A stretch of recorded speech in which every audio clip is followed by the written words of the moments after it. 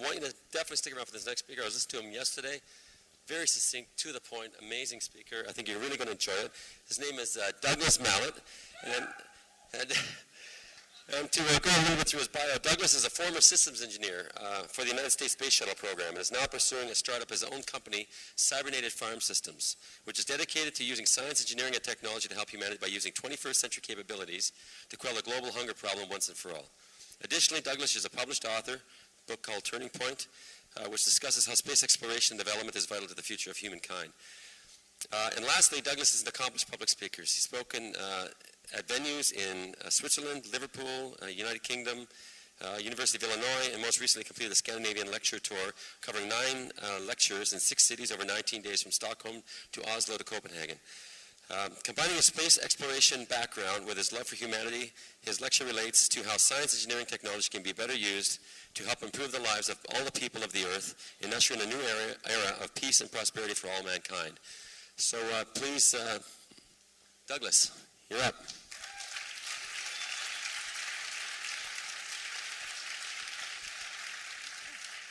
Are we having a good time? Good, good. I'm glad I got some enthusiasm. The zombie apocalypse isn't supposed to be till the end of the year, so I was hoping everybody wasn't going to be like, that's good. All right, so we went through the introduction, so let's get into the meat and potatoes of what we're going to discuss. Of course, now I get to come up after Federico and James, so great. Thanks, guys. Appreciate it. Not that there hasn't been a standard set. What I'm going to talk about is basically related to my passion, space exploration and development. I have been passionately involved in space exploration ever since I was a child, which is what motivated me to become an aerospace systems engineer, which afforded me the capabilities to work with the space shuttle program and see how things operate on the inside. This actually is what benefited me to understand what the RBE was all about. Because when I saw Zeitgeist Addendum and I saw the solution sets offered by the Venus Project towards the end of the film, in my brain I went, well, yeah, that's how a Mars base would have to work. In fact, if you were to talk to most people in the space industry, those principles and those characteristics are taught. That is how we run things. And so the ability to go from one medium to the other wasn't a very large leap for me. So what we're going to do is we're going to talk about space exploration and sustainability and kind of discuss how those things are comparative and brought together. And we're going to do it with the Mars-based thought experiment. Now, this is something that most people typically don't do at their home. They don't think about space exploration in this way. But I want you guys to think for a moment, what would be necessary for a group of astronauts to survive on a hostile world that has 2-year, at the earliest, logistic windows, which means you can't get resupplied easily by going to the grocery store down the street. There is no grocery store down the street. So what kind of practices, what kind of things need to be covered for the astronauts? Well, there are really 2 primary sets of conditions. You have your biological needs, the things that keep the creature known as the human being alive, and you have your quality of life needs, the things that make life just a little bit above standard. And so these processes have been thought about already. The Apollo program was not supposed to be a flag-sticking one shot to the moon, yay, we did it. There were plans in place to build a moon base. There were thoughts and panels and discussions on how to provide for astronauts for long-duration missions to the moon. These logistic operations happen today with the International Space Station on a regular basis. And so this isn't a foreign concept. In fact, since the 50s, if not earlier, these concepts, thanks to science fiction writers such as Isaac Asimov and many others, have been thought about. So what are the basic necessities of life? Well, here's a good list: air, food, water, sleep, and medical care. The last 2 a lot of people seem to not think about. If you don't get quality sleep, that does have a detrimental effect to your biology, psychologically and physically. And when it comes to medical care, it's pretty obvious. If you get broke, you've got to get fixed. Now, what about our quality of life? Shelter, clothing, education, energy, transportation, communication. A lot of people can understand these. Now on Mars, well, now that's a little bit different for shelter, isn't it? It's not like you can take a brisk morning stroll in the crisp Martian air. It doesn't quite work that way. So your shelter is a biological requirement to keep the astronauts alive. And likewise in the International Space Station, and that in a way kind of ties together clothing and shelter, because those spacesuits that the astronauts wear when they do an EVA or an extravehicular mission outside of the space station, they need to wear basically a shelter in a suit so that they can exist and perform the functions that are necessary outside of that habitat. So a lot of thought has gone into how do you sustainably do these things, because it's very important to remember, it's not like the technologies and the knowledge that we gain through space exploration stay in orbit. These things are designed by people on the ground, tested by people on the ground. They are developed and put to test on Earth to be used in space. So if we can do it up there, why can't we do it down here? There's also something else to consider. You can't just take 100% of what you need up in space. It doesn't work that way. If you run into a shortage in space, people die. It's really that simple. Likewise on Earth, especially when you look at the scarcity paradigm that has already been alluded to the previous lecturers. So abundance, when we do engineering, we don't do something to 100% of specification. We do something to 120% of specification, 150% to specification. It's an overage. It's a contingency plan. You have backups. Do you think the space shuttle only has one flight computer? Well, of course, the space shuttle's not flying anymore. But do you think the space shuttle did only have one flight computer? Absolutely not. It has three, and they're all redundantly connected. You have to have backups. You have to have redundancy. You have to have abundance. But when it comes to space exploration, we have technical abundance. You see, there's a big difference. You go back 50,000 years to the hunter-gatherers of man. They lived in a paradigm of natural abundance. A really big planet, not a whole lot of them. So it was pretty easy for them to yank whatever they needed wherever they went. And that's exactly what they did. They'd stay in a place for a particular time, hunt what they could, pull what they could from the trees and bushes, fish from the local stream, and when they kind of ran out or the weather changed, they moved along. They lived in a natural abundance paradigm where the Earth was perfectly capable of providing everything that they needed to survive. Over time, as populations started to grow and we became a little more advanced, we have started to put a strain on the planet. And so, thanks to our wonderful brains and our innovative technical capabilities, we have developed technical abundance solutions, which mimic nature in very specific ways so that we can provide enough for every man, woman, and child on the planet in the same way that Mother Earth did it 50,000 years ago for a much smaller population. And when it comes to a Mars base, that is absolutely a necessity. So now, let's talk about some of our technologies for biological needs. Now we're going to focus a little bit on Earth, but I'm going to kind of jump back and forth between the Mars base and the Earth base that we live on. Air, well, that's pretty naturally abundant as long as we don't muck it up, right?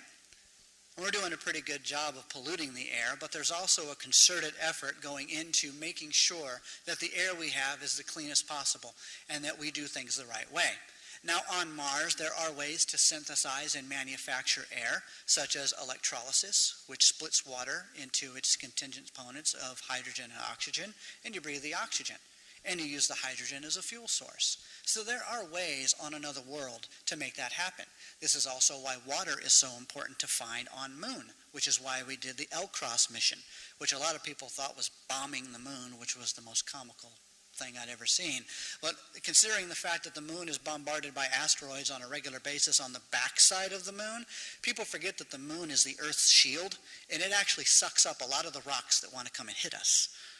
So us flying a little dead SUV-sized slug into the moon to see how much water it has on it is really no big deal for the moon. Now you've got water, getting back to that. Now on the Earth we have desalination plants. We have many tools and ways. And I don't necessarily mean old school desalination systems. There are clean energy ways, solar power ways to desalinate water and transport water. And I'll give an example using the NASA spinoff technology. There's a nano mesh that they've created where you can take a bottle of water. Let me get a fresh one, because this ain't mine. You can take an empty bottle of water, go to the slimiest mud hole in sub-Saharan Africa, run the bottle through, and have this stuff that you definitely would not want to drink. But you run it through this nanomesh material, and out through the other side comes water that you can unscrew the cap and drink directly from the same bottle. Because the nanomesh material literally filters out everything but the water. We have the technological capabilities to do that. There's a bottle called Water for Life. This was developed in part with NASA help. NASA creates this spin-off magazine every year. A lot of people don't know about it, but they've been doing it for decades. And it talks about direct NASA innovations that are applicable to everyday life on Earth and how they have worked with industry to, again, work on projects that have impact on people's everyday life. Like, I don't know, the CAT scan machine, thanks NASA. MRI, thanks NASA. Kidney dialysis. I mean, the medical industry is loaded with space-based applications that were derived because of the NASA program. Then you've got food. Now this is something that I have personally taken on as a way to make a positive impact after I got released from the space shuttle program.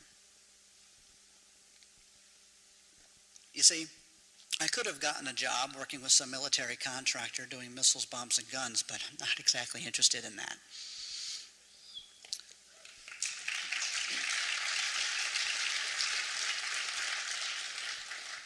So what I've decided to do is put my systems engineering capabilities and merge them with aquaponics systems to create high-tech farms. In short, the goal is to solve the global hunger crisis once and for all by creating fully automated aquaponic farm buildings that are off the grid, self-regulating, self-sustaining, clean energy powered, collects its own water, regulates itself. I can drop it in the middle of nowhere, and it will feed about 1,000 people 10 different fruits and vegetables each, constantly for 50 plus years.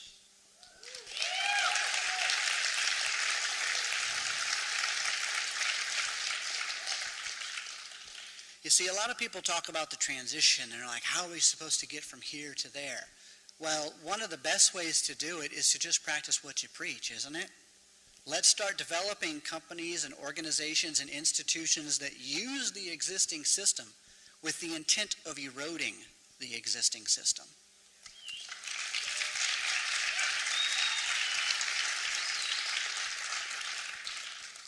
Now we can talk about medical care. That device that you see on the left is called the Da Vinci Surgical Assistant. Basically, the surgeon, as you can see, sticks his head in a big Nintendo device. And he starts playing with these little bells and whistles that he's got there at his fingertips, and this surgical assistant has now gone global. It makes surgeries tremendously more precise. The recovery times are 50 to 75% faster than normal.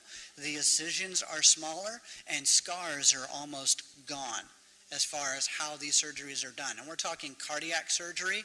We're talking about throat surgeries, a lot of medical terms that I can't pronounce and don't care to. But you can look up the Da Vinci Surgical Assistant yourself and see lots of videos and testimony as to how amazing this is.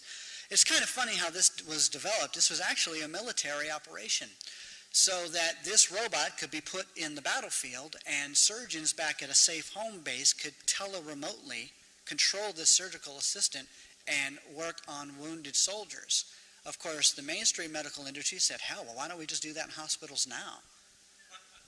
And that's exactly what they did. And even more so, imagine putting this in a third world village in the middle of nowhere, and so you might not be able to send a surgeon directly out there, but you sure as hell can send a machine. And so any surgeon anywhere can connect to this system through telecommunications and be able to save people's lives without necessarily having to travel there to do it. Now, what about technologies for quality of life? If you notice, I skipped the sleep one. Well, if you've got food, shelter, and clothing, and water, and a lot of your needs are met, sleep comes by a hell of a lot easier, doesn't it? Technology for quality of life. Well, thanks, Fed, for stealing my contour crafting thunder. But Federico touched on it. He talked about contour crafting, the ability to build a 2,000 square foot home in 24 hours. I ended up contacting Dr. Kushnievis shortly after the Haitian earthquake because I saw the potential of what was going on and what that could mean, and then come to find out, of course, the primary restriction from him being able to develop a full-scale prototype was... Ah, very intelligent audience. All right, good. Yes, money. He doesn't have the financial backing to build a full-scale prototype. So through a little poking and prodding, I ended up putting him in contact with Peter Joseph, and the next thing you know, he is in a film. Now, clothing and other products. Well, we talked about 3D printing, which is something Federico also stole from my thing. But that's okay. I have props, and he doesn't have props. These are actually 3D printed materials that I got from Bergen in Norway when I was on my Scandinavian lecture tour. I was able to visit a company that does prototype 3D printing and manufacturing. This is a tool or some kind of widget that they devised, and this is another material that actually has threads. That's how detailed this can get. You can create wrenches, you can create custom tools, you can create cups and plates and silverware, and I also have pictures of titanium 3D printing systems. Yes, we are now getting to the point we are beyond plastic and we are starting to use metals to do that. So imagine living in a world where you custom design your own pots and pans and you have them custom manufactured for you, and they are sent to your house, and you're not necessarily restricted to what somebody else thinks is the best design for your kitchenware, but you get to be your own designer if you want to. Or you could peruse a whole bunch of options and blueprints and pick the set that you want and only have that manufactured, so that we no longer have this case of making a whole bunch of product and then advertising the hell out of it to guilt trip people into buying it. You only create what you need.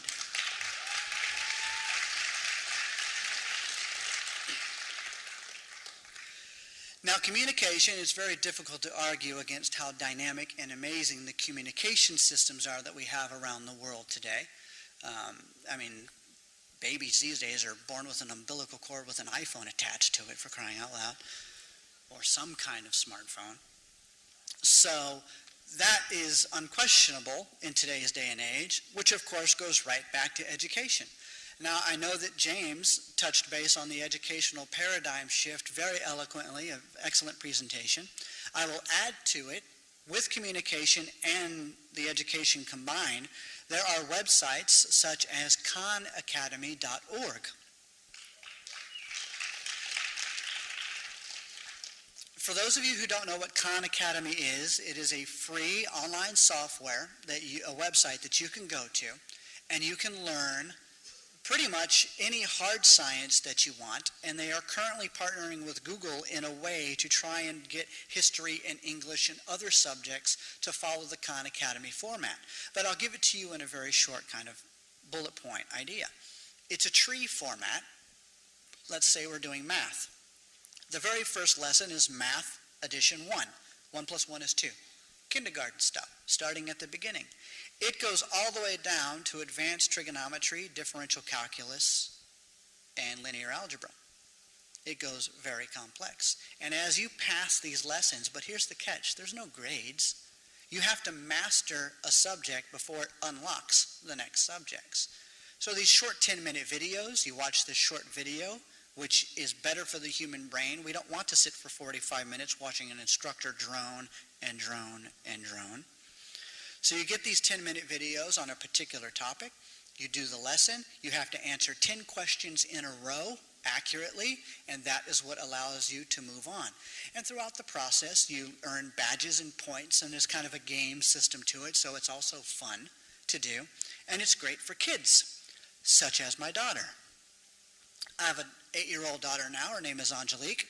And when she was about 6 and a half, we decided to put her on Khan Academy. And so 6 and a half years old, I don't really have to monitor her because that's kind of the point. It's a self-directed, learn-on-your-own system. So we taught her how to basically use it. It's very intuitive. It's easy for a young child to understand. And we'd cut her loose on that every other day or so for about 30 minutes. About a month or two into it, she comes up to me one day and she goes, "Dad, I'm having a problem with a word." And I'm thinking to myself, a word? You're doing math. What do you have words for? And I go, "What are you talking about?" And she's like, "What's obtuse?" And I'm like, "Obtuse? You mean obtuse?" She goes, "Yeah," and runs off. So I'm thinking to myself, obtuse, as in obtuse, acute, right angle, early trigonometric identities. So I walk over there, and I look over her shoulder. Yep, that's exactly what she's doing.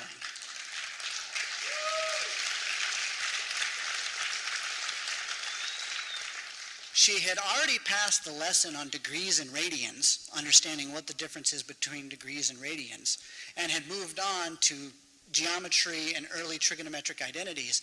And when she passed that lesson, and she did, she moved on to Pythagorean theorems, sines, cosines, and tangents. Of course, I had to put her on pause a little bit for that, only because she had completely stopped doing the subtraction and all that side of the tree, and she just started going down that side of the tree. So I had to kind of get her to, you need to do a little bit of, 2 minus 1 kind of stuff a little bit. But nobody, and I didn't tell her it was wrong. I said, "That's amazing. Now let's go up here and do some of these ones." And she's like, "Okay." And so she started moving down the other side. Now she's doing 3- and 4-digit addition and subtraction, and she's doing single and double-digit multiplication. She's 8. Because this system, it's like a supplementary course, and they're testing it in California, working with the teacher as a referee in the class, not an authority figure. And the Khan Academy is being used so that the students can work with each other and teach each other, and there are 8th graders doing differential calculus. And they don't know that they're not supposed to be doing differential calculus, because nobody's telling them, well, that's a senior or college level course. Screw that. If they have the potential and the passion and they get to that level, do it.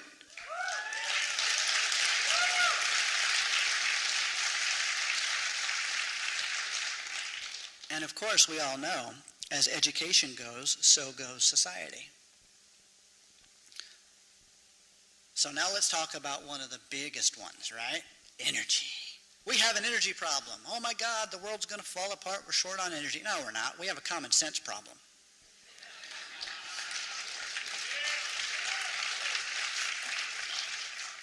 Clean energy solutions are a part of the puzzle that need to be used in concert all together. It's not like we're trying to come up with one holy grail solution of cold fusion that's going to solve everything. All right? What you need is a reasonable approach based on geography, based on location, based on what's available, and mix a whole bunch of technical systems together to provide for the energy needs of a city or a home or a region. So we've got things like solar power. Everybody knows about good old-fashioned solar, and just recently, bottom left, photovoltaic paint, which is why you have a solar panel with some paintbrushes, right? So you can paint your home or car, and it will be the solar collector because of the nanoparticles that are involved. That's a pretty cool invention, don't you think? And recently on Zeit News, which was a website that I helped develop when I was the technology team lead, Zeit News posted recently well, thank you. Zeit News posted recently an article about a photovoltaic cell that works at night. It collects heat, thermal energy that's radiant throughout the evening and converts that into electricity. So now you've got solar panels that work at day and night, and you can paint them on, and you can put them in windows. You have photovoltaic windows. You can friggin' photovoltaic clothes thanks to nanomaterials. So there's no shortage of solar options. And you've got solar roadway. Now this is an amazing technology in and of itself. I have a link on the bottom. So if somebody wanted to go to solar roadways and look at some of the numbers, but let me just put this in short. If solar roadways were to replace all the major highway systems in the United States, we would be able to power the energy needs for the entire planet 2 to 3 times over.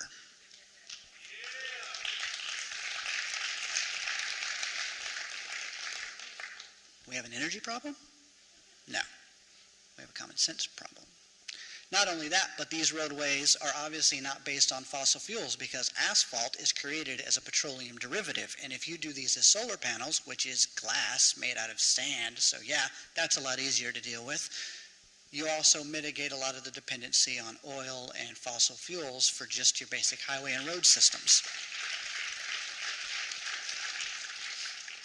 Now you've got 2 kinds of wind, small scale and large scale. Now small scale wind systems, see, I'm not really a big fan of gigantic fans in the middle of nowhere that spin around and have huge distances in between them that are also hazardous to birds, other animals, and heaven forbid gravity actually pull down the blades so it ruins the gears on the top and they freeze or stop because they break down. Or they're directionally dependent, which means they have to face the wind in order to spin. I'm more interested in vertical maglev wind turbine systems that are directionally independent of the wind, which means it doesn't matter which way the wind is blowing. These things always spin in the same direction, thanks to good old-fashioned aerodynamics. And because they're maglev, they're floating on magnetic bearings, there's no friction involved, so that you can have a much lower wind cut-in speed, which means you can blow on it, and it will spin. So you put these things on a 15-foot tower on the top of your house where the wind speed is about 17 or so miles an hour on any average day, and you have the potential of creating a pretty good energy system for your house. You mix that with a little bit of solar and a little bit of geothermal, and based on where you live, a little bit of hydro, etc., there is no energy problem. If you look at the picture on the right, heaven forbid we actually put these on the light posts that are going down the highway. What happens when a car drives by? Generates a pretty good gust of wind, right? So now you have an electric car system so that when the cars drive by, it spins these vanes. Either direction the cars go, the vanes spin in the same way. During the day, it charges batteries at the bottom of the post, which will light the lights during the day, so every light is independent. So now we don't have to worry about power outages or grid fallout issues. So if something happens somewhere else, it has no effect on the lighting, so people can see where they're going, and that increases safety, right? And you can run the entire highway lighting system off of these. And then you've got the big dogs. You got design systems that are out there. And by the way, for anybody who thinks I'm blowing smoke, I have a magazine in my book bag. It's from 2008, Popular Science, that talks about these in 2008. Less than 5-mile-an-hour wind cut-in speed can serve over 750,000 homes with just one of these large-scale vertical wind turbine systems. And if you put a cool little restaurant on the top, maybe a little motel or something, or a helicopter pad or whatever, you could make it an attraction in and of itself, while it also serves the needs of the energy for the city that it's taking care of. Then you've got wave power. Waves go up, waves go down, waves go in, waves go out. What that does is push wind. So the thing on the right, the picture on the right, when the waves go up, causes wind to go one way. When the waves go out, it pulls the wind the other way. And the turbine on the inside spins the same direction all the time, no matter which way the wind is going. So in effect, it's like your lungs, breathing in, breathing out, and every time that happens, that turbine spins.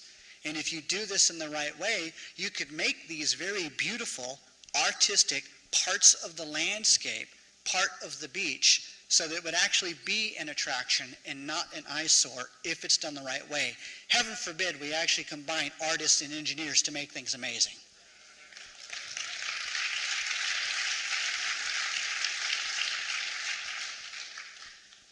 And then we have our tidal systems, basically it's turbine spinning thanks to the flow of water. I mean, water is just a medium like air, so if wind systems can make fans turn, water systems can also make fans turn. And so when the tides go in and out, it can also create energy. The one on the bottom left, if done in the right way, could be turned into an artificial reef and might actually be a good bonus to the ecosystems that we're destroying in the first place, and it could generate energy at the same time.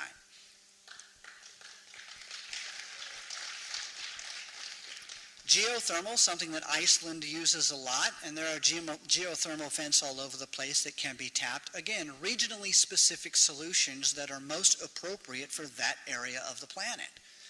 You start using geothermal with a little mix of everything else, and you can definitely power individual homes in a smart grid system. Imagine a grid where you don't have, it's so funny, we get attacked a lot, right? Communism, central planning, you know, you've got all these authority figures on the top. Do you think the power systems that we have today aren't the most centrally planned, centrally controlled bunch of crap you've ever seen? Just ask Fukushima how that works. I mean, you lose a nuclear plant, entire half of a country goes down, and not to mention the fallout and the natural disasters and just built into that alone. We are highly centralized in the way we do energy production, and it's highly monopolized. I have one power company to choose from where I live. Oh, thank you, free market. Bullshit. So, what if every house was a partial contributor to the grid? What if every building had a little bit of solar, a little bit of wind, some photovoltaic paint, you had your roads, you had this dynamic infrastructure, and it was a smart grid where let's say you have one building that's generating 150% of its needs because everybody went home early, whatever reason, and you have another building on the other side of town that is 50% deficient on what it needs. The smart grid system will automatically funnel the energy surplus that that one building is creating to the other one, and they'll do it like that.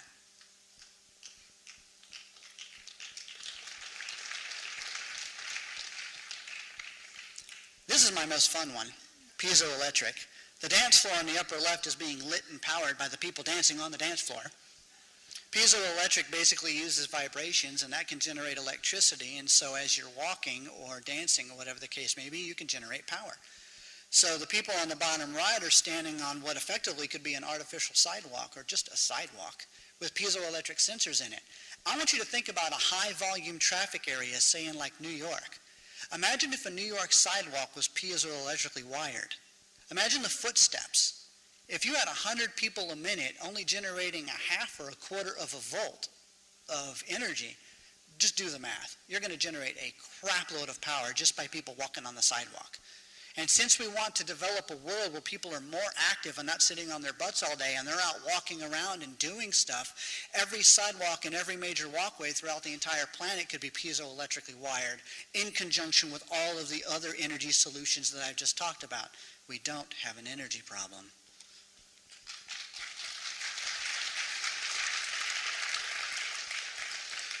Fuel cell systems are pretty darn amazing, especially the Bloom system, which just recently came out. It is primarily made out of sand.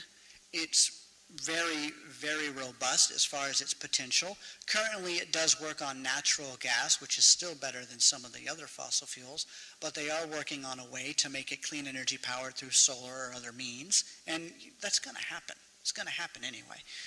But if you look at some of the statistics on how these things work, one fuel cell can power a light bulb. You stack a few of them, you can power a house. Now look at the size of that stack in that person's hand. That could power your house, 40 of them. You put a whole bunch of them together like a refrigerator and you can power a Starbucks, which I love.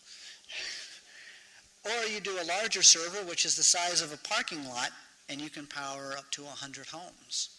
Plus a little wind, plus a little solar. Gee, I sound like a broken record, right? Now let's talk about some transportation. Now, we got electric cars. The Nissan Leaf is coming out. I kind of like Tesla's sporty look a little bit, so, you know, we've got those options as well. And one of the biggest arguments against electric cars, of course, is that we don't have the infrastructure in place to recharge these things. Last time I checked, when the internal combustion engine was developed and cars were being made, nobody said, no, you can't invent the car yet. We don't have all the gas stations in place. It didn't work that way, did it? Yet all of a sudden now we're supposed to believe that that's how it's supposed to work, that we have to have all the gas stations in place before we're allowed to build the car? Screw that. No. You build the car and you retrofit and you phase out the crap gas stations that use fossil fuels and you implement the battery swap stations and the recharging centers that will allow the electric car to be the robust primary mode of transportation for the planet.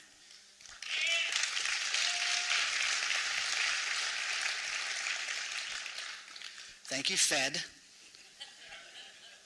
So I think we covered the robotic GPS-driven car. It's okay, you're making my lecture go a little quicker, so that's fine.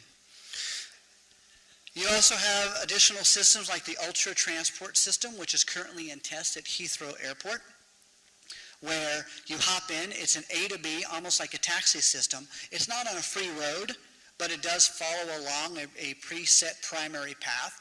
So you just tell it where you want to go, and if the city is designed properly and it has a good highway system designed for these vehicles, you just hop in, press a button, read a book, and it'll take you where you need to go, point A to point B. It's not like a bus, it's more like a taxi, but it's automated. And these already exist. In fact, I don't talk about anything that I can't prove in some kind of way through research, statistics, links, or data. So, and I do have a source sheet for all of this. And if anybody wants the source sheet, find me on Facebook, Douglas Mallette, email me, and I'll send you the source sheet.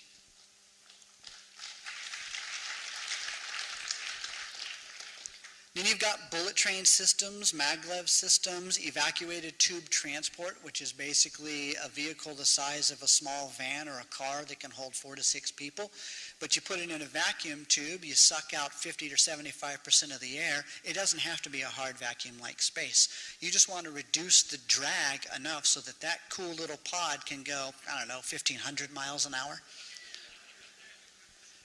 And it can be run on clean energy systems just like everything else. And you can go from New York to Hong Kong in, I don't know, 6-7 hours maybe or less. Well, it depends. You got to accelerate at a reasonable rate and decelerate at a reasonable rate. You go from 0 to 1,500 too fast and you're going to have a damn headache. So let's think about this. There's all kinds of solution sets out there that mitigate the energy problems, the transportation problems, allow us to be cleaner and greener with how we get around, allow us to build homes relatively quickly for emergency situations. I mean, it's not like we don't have a surplus of housing anyway. There are more than enough homes in existence today to cover the needs of most of the first world, and we could use these advanced technologies to help the, I don't want to say developing world or developed world. Those two words are kind of finite. Just help others in need. So after such abundant solution sets are implemented, there's a question. Can this current system handle that level of global sustainability? Now, I know a lot of you know the answer to this one. No, it can't. It was never designed to handle that level of efficiency, to handle that level of global sustainability. And so what I've done is I've kind of gone down and broken down some key elements here. What do we have now, and what do we need? What we have now is a system based on scarcity, and what we need is a system based on technical abundance. What we have now is a system based on inefficient human labor as the main driver. Federico touched on this perfectly. A system, what we need is a system based on efficient technical labor as the main driver. Falling away are the days of human labor for income to survive.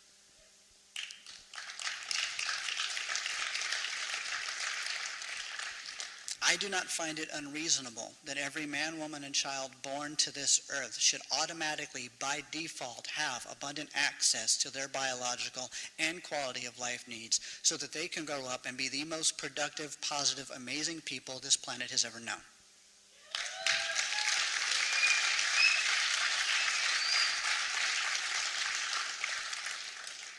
We have a system based on cyclical consumption for constant growth.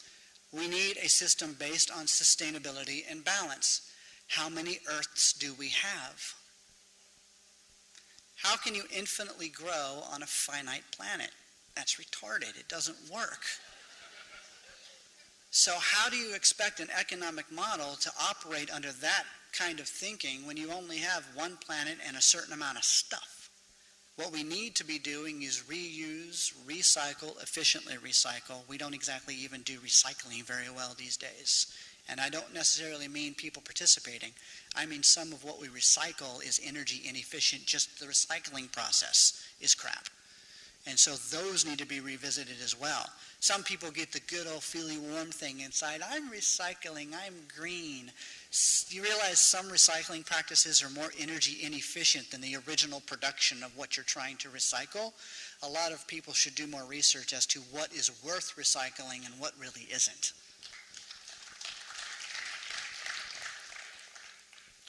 We have a system based on ownership and control. We need a system based on usership, which I kind of made up, and open access. Well, that one kind of makes sense. I mean, if you look at where did ownership come from? You go back a couple of thousand years, of course, that's kind of the system we're using, isn't it? Let's go back to the agricultural revolution, which is a little bit more recent. You had Farmer John sitting down doing their work, and that was very human labor intensive. A lot of blood, sweat, and tears and emotion goes into it. There's an emotional connection to that labor. I worked hard for this. If some random schmuck comes up and starts taking all the food and walking off with it, that's likely going to piss you off, right? You put a lot of work into that and somebody just comes up and takes it. So you put a fence around it. Now I own this land. This is mine. And then if they hop the fence, you hire a security group. You get a couple of guys with some billy clubs to protect that land. Hello, police and military. So you can see where all of that starts to develop from just the simple practice of growing some food, but trying to maintain control over that. Now those concepts have graduated to so many different aspects of our lives that it almost seems normal when, quite honestly, it's abnormal. We should be more open source, open access, and sharing of information so that that schmuck who tried to take food from you doesn't need to take food from you. They can get their own. Or the systems are so robust that there's such a surplus of food, there's no need to steal in the first place. If you modify the environment, you can make it such that people don't even think of exhibiting aberrant behaviors because it doesn't make sense.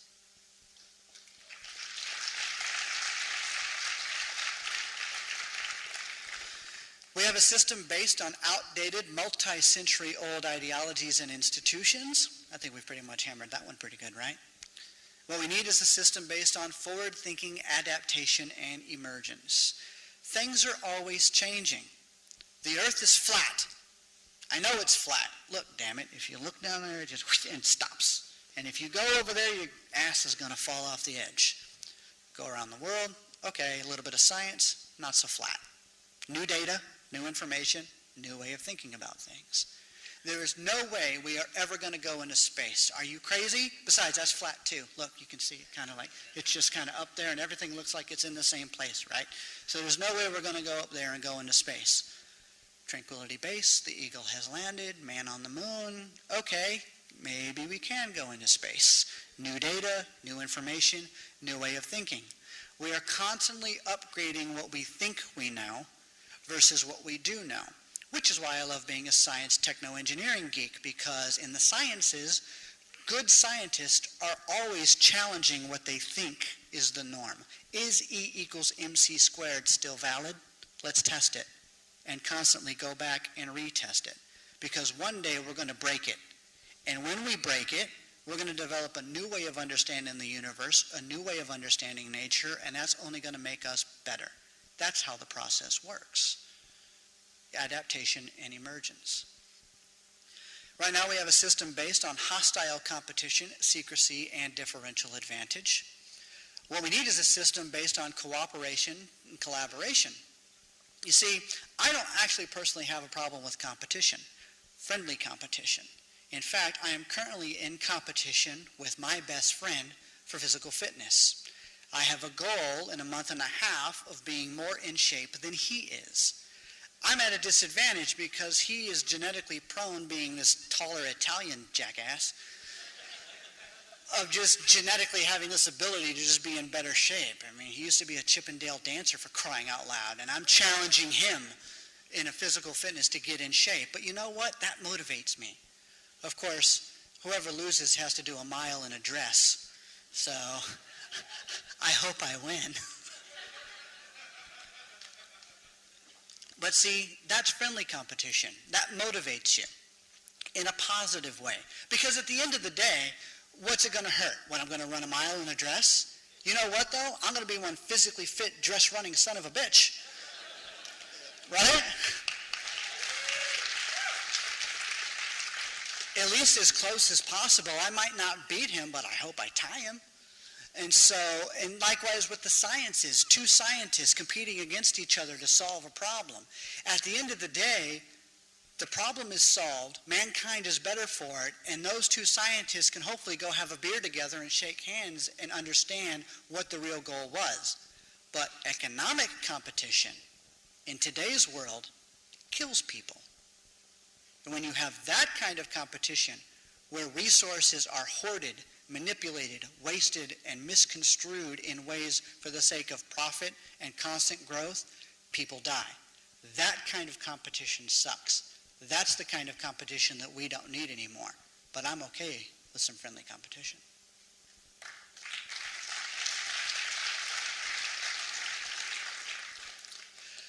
We have a system today where political opinion, influenced by financial contributions, dictate the ebb and flow of global operations. And we know this to be the case. That's how the game is played.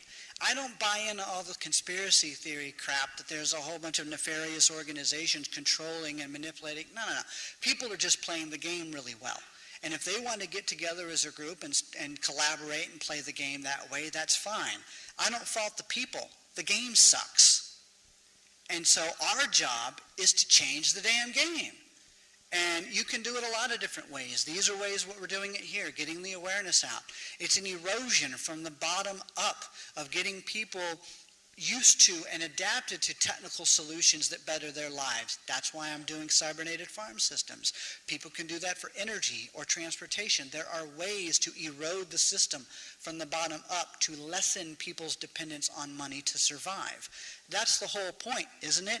Erode that dependency on money to live, and eventually money becomes pointless. And that's what we're trying to get to. Rome wasn't built in a day, fed, but it is a process that we can undertake as a group, as a globe, as a collective, working together to better mankind in our own way. Do what you're passionate about, and do it with the RBE in mind. That is where you get to the point where the scientific method, in conjunction with human experience, the arts, technical foundations, things like that, will enhance the lives of all people. Mankind needs to improve to a new and upgraded global operating system. Right now we're using Windows 1.0. We need to upgrade to Linux.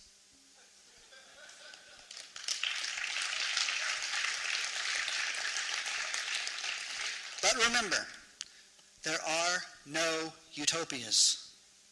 I hate that word. Oh, hate is too strong of a word. I strongly disapprove of that word. There are always going to be problems to address and ways to improve, new challenges that we're going to come up with, I don't know, like maybe space exploration or something like that, underwater sea exploration, going to the depths of this earth or going beyond it. Those kinds of challenges are the ones that we should be stepping up to. It shouldn't be a challenge to feed people on this planet anymore. It shouldn't be a challenge for everybody to have clean air and the ability to get around. It shouldn't be a challenge to provide energy systems that can cover everybody's needs. Those days, those challenges have been solved. It's time to move on to better challenges. We have new tools. We develop new tools and capabilities that require new ways of thinking. And when people throw out the utopia word, I go back to Neanderthal Cousin. I don't know if any of you know about him on YouTube. He's an amazing work that he does. And he made a video called the Mars Project. It's hilarious. So try to explain to a hunter-gatherer from 50,000 years ago indoor plumbing. Now we take indoor plumbing for granted. But to a hunter-gatherer, they're going to be like, what? You turn something called a tap and you get hot or cold water anytime you want, no matter where you are, on demand, that's utopian. You're crazy. They're not going to understand that level. But for us, it's like every day. Well, let's not get into how is the water heated. Well, you've got, water heaters or solar or energy systems. What's a house? Well, now you have to explain what a house is. And so let's just go down that path a little bit, and you can see how crazy our world would seem to somebody from that far in the past. Fortunately, in today's world, we don't have to wait 50,000 years to upgrade the planet. We're simply moving from an established society to an emergent society. Because you see, global sustainability is something that already exists. It's something that was developed a long time ago. It's constantly being refined and redeveloped in new ways all the time, which is what zeitnews.org kind of showcases, are all these technical adjustments and these new ways of doing things. It's an amazing website that I hope many of you will be able to take a look at. A lot of people have it as their homepage, for crying out loud. We have the capabilities to do a lot, to use science, engineering, and technology for human concern. It's about time in the 21st century that we start actually behaving like 21st century stewards of this fertile planet. Thank you.